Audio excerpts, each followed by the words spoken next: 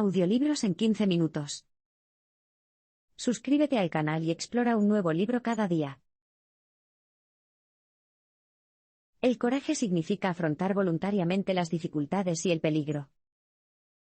Cuando las personas hablan de coraje, a menudo lo dividen en dos tipos diferentes: coraje moral y coraje físico. El valor moral, dicen, es la capacidad de actuar según lo dicta la conciencia, incluso si eso significa desafiar las normas sociales, o arriesgarse a escándalos y chismes. Los denunciantes y los que dicen la verdad ejemplifican este tipo de coraje.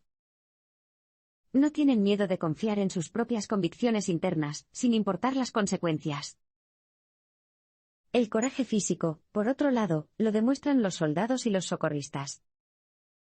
Significa arriesgar la vida y la integridad física, poner en juego su cuerpo, en lugar de su reputación. Quizá pienses que es una distinción útil. ¿Pero lo es realmente? Al final del día, el coraje de todo tipo no se reduce a una cosa: correr riesgos, soportar el peligro, ponerse en peligro.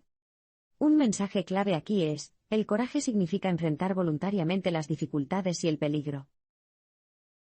Seguro que has oído hablar de Hércules. Es una figura imponente, tanto literal como figurativamente, en los mitos de la antigua Grecia. Un guerrero duro y rudo, es fácil imaginarlo viviendo de improviso, retozando por la vida en busca de los apetitos y caprichos de cada minuto. Pero nada podría estar más alejado de la verdad. Verás, Hércules eligió voluntariamente soportar las dificultades. Se le presentaron dos opciones: una vida tranquila y sin riesgos y una vida arriesgada llena de virtud, y tomó la valiente decisión.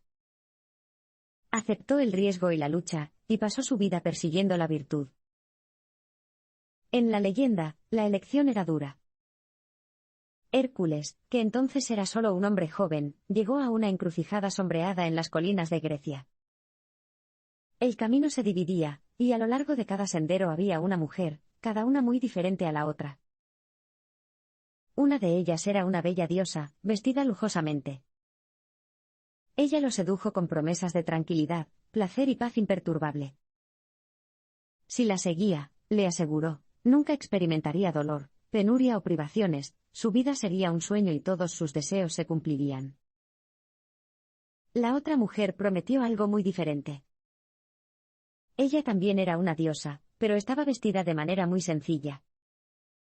No sedujo ni sedujo, y ofreció una vida mucho menos tentadora. No es una vida de placer, sino de lucha. No una vida fácil, sino una vida de trabajo duro. Pero a pesar de todas las privaciones y peligros a los que se enfrentaría Hércules, de todas las amenazas y terrores, también ganaría algo: no placer, ni tranquilidad, sino gloria, la recompensa por vivir la vida contra viento y marea, por haber elegido valientemente perseguir la virtud. Hércules vaciló un poco y luego eligió el camino espinoso pero virtuoso, el que ha mantenido vivo su nombre durante eones. Tú también puedes dudar, pero ¿elegirías lo que eligió Hércules? La lógica puede ayudarte a superar tus miedos. ¿Qué es lo que nos impide ser valientes? ¿Qué es lo que nos convierte a todos en cobardes? En una palabra, es miedo, phobos, en griego antiguo.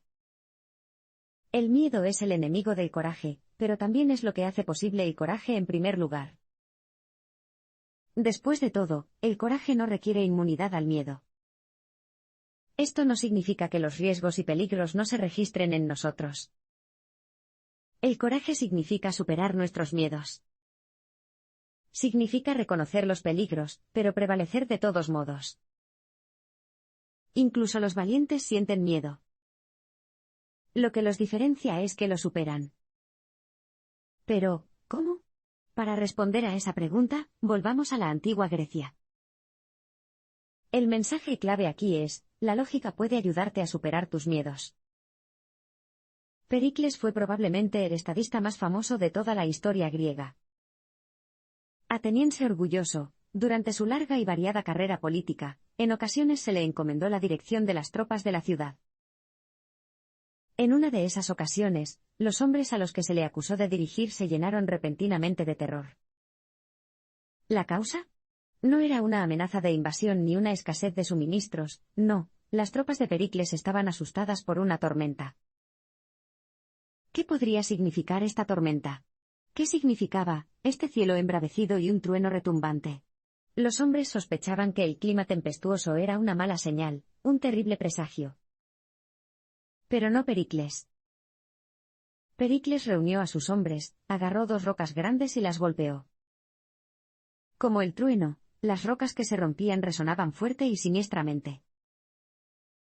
Pericles no tenía los conocimientos científicos necesarios para explicar el trueno en detalle, pero de todos modos expuso su punto de vista. ¿Qué era un trueno sino el ruido de los vientos chocando, como las rocas que él rompía? ¿No podían ver los hombres que no había nada que temer? La lección aquí es sencilla. Cuando sientas miedo, debes, como Pericles, poner a prueba tus miedos. Cuando se exponen a la luz clara de una mente lógica y racional, muchas amenazas se vuelven menos aterradoras. Los miedos no examinados pueden asustarlo más de lo que deberían. El truco consiste en explorarlos y desglosarlos. Algunos temores podrían resultar justificados. Pero otros no son más amenazadores que el choque de las rocas o el sonido de un trueno lejano.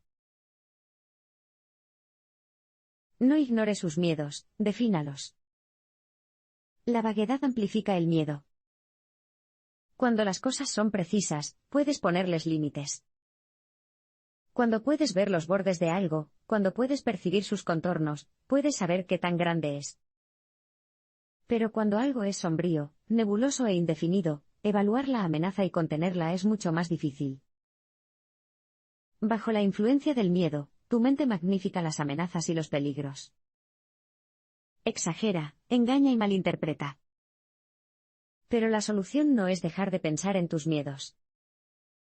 Por el contrario, hay que pensar en ellas, es la única manera de definirlas, sopesarlas y hacerse una idea de su magnitud y escala reales. En otras palabras, no desvíes la mirada de las cosas que te asustan. Eso hará que parezcan aún más amenazantes. Observa tus miedos el tiempo suficiente para delimitarlos, para establecer su verdadero tamaño. El mensaje clave aquí es, no ignore sus miedos, defínalos. El escritor y empresario Tim Ferriss recomienda un proceso llamado establecer miedo, que consiste en examinar y articular los miedos que nos frenan en la vida. Es una buena idea y, de hecho, existe, de una forma u otra, durante mucho más tiempo del que piensas. Los estoicos, un grupo de filósofos que estuvieron activos en los días de la antigua Grecia y Roma, practicaban algo muy similar. Séneca, un filósofo y escritor estoico romano, recomendó lo que llamó premeditatio malorum, o premeditación de los males. Al igual que crear miedo, esto implica recordar las desgracias que la vida podría traerte.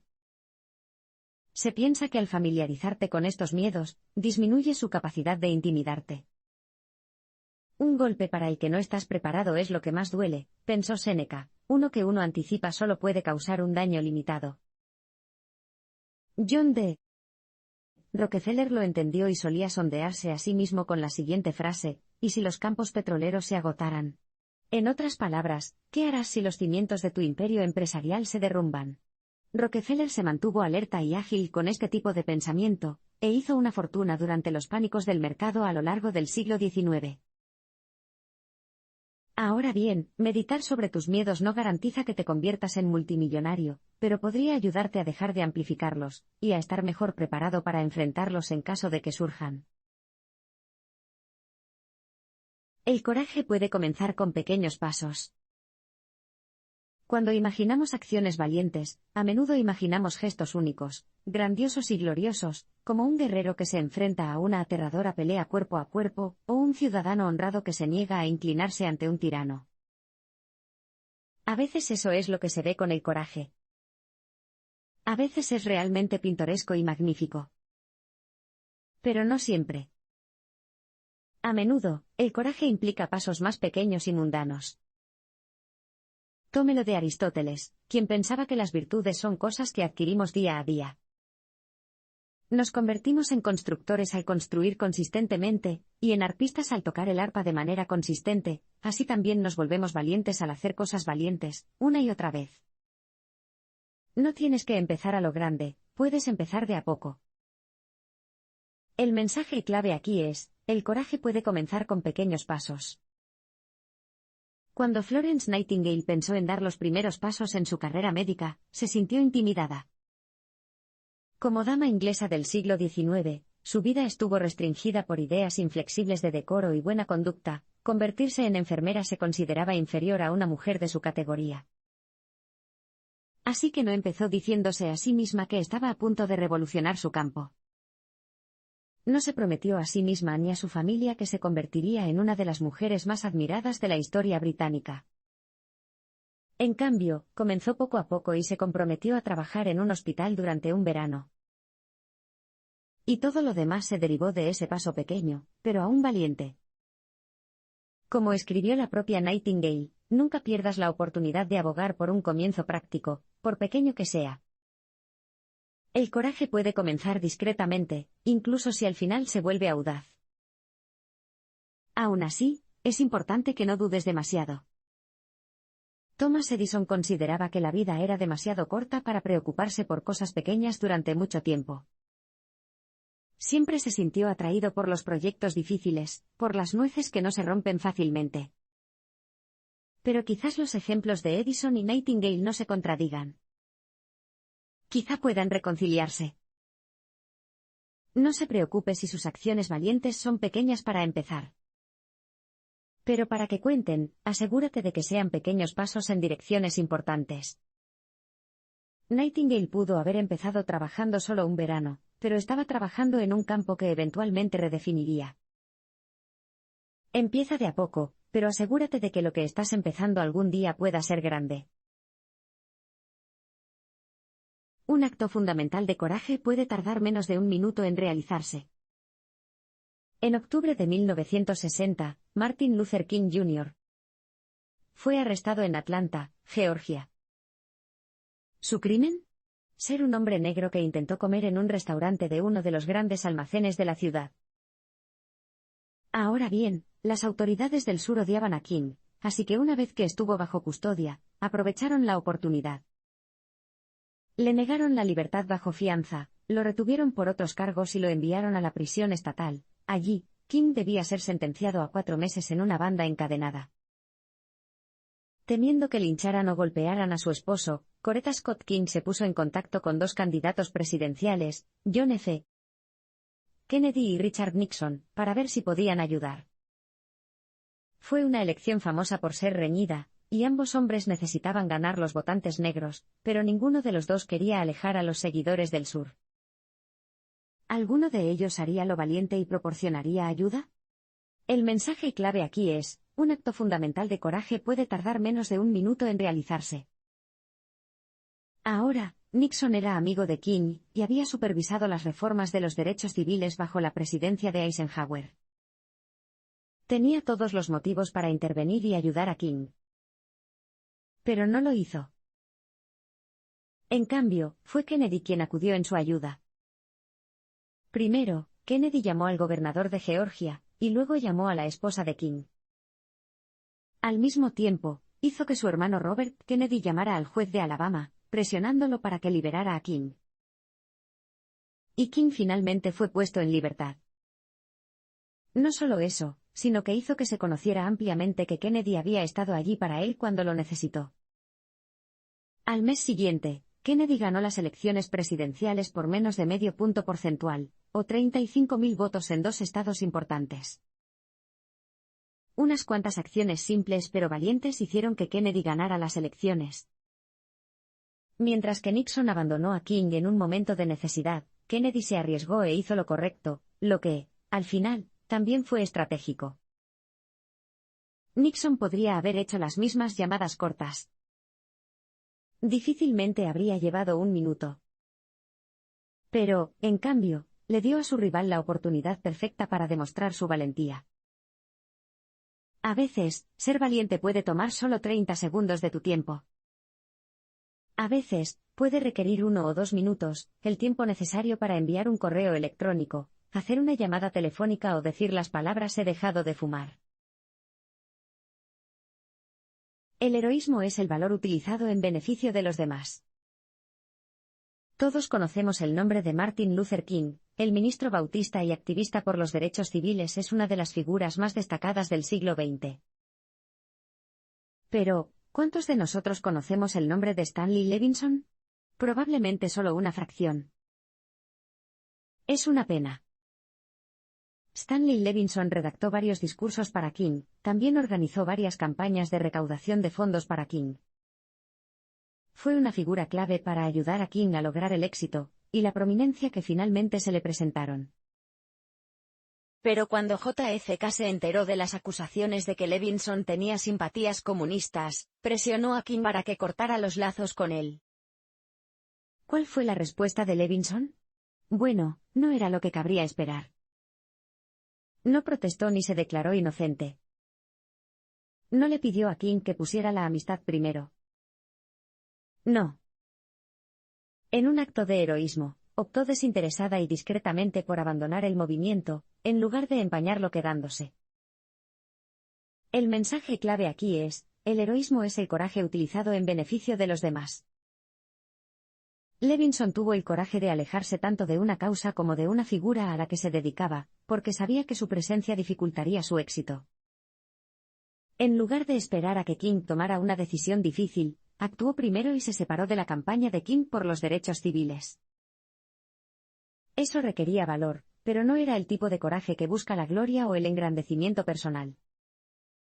Fue heroísmo, simple y llanamente, valentía desinteresada, demostrada por el bien de los demás. El heroísmo significa hacer sacrificios por otras personas. Significa trabajar en equipo. Todos recordamos a los Michael Jordan del mundo, esos seres humanos milagrosos que reclaman la gloria como si fuera su destino. Pero por cada Michael Jordan, siempre hay un Bill Cartwright, el cocapitán de Michael Jordan, que llevó a los Chicago Bulls a sus 3 primeros campeonatos consecutivos. Un héroe es alguien que hace que su equipo sea mejor, que hace que sus compañeros de equipo sean más fuertes y altos. Eso podría significar mostrar una contagiosa sensación de fortaleza ante la adversidad. O podría significar inspirar a otros con tu ejemplo o tus palabras. Y, a veces, incluso puede significar alejarse de su vocación por el bien mayor, como tuvo que hacer Stanley Levinson. Cuando el valor es tan desinteresado, lo llamamos heroísmo.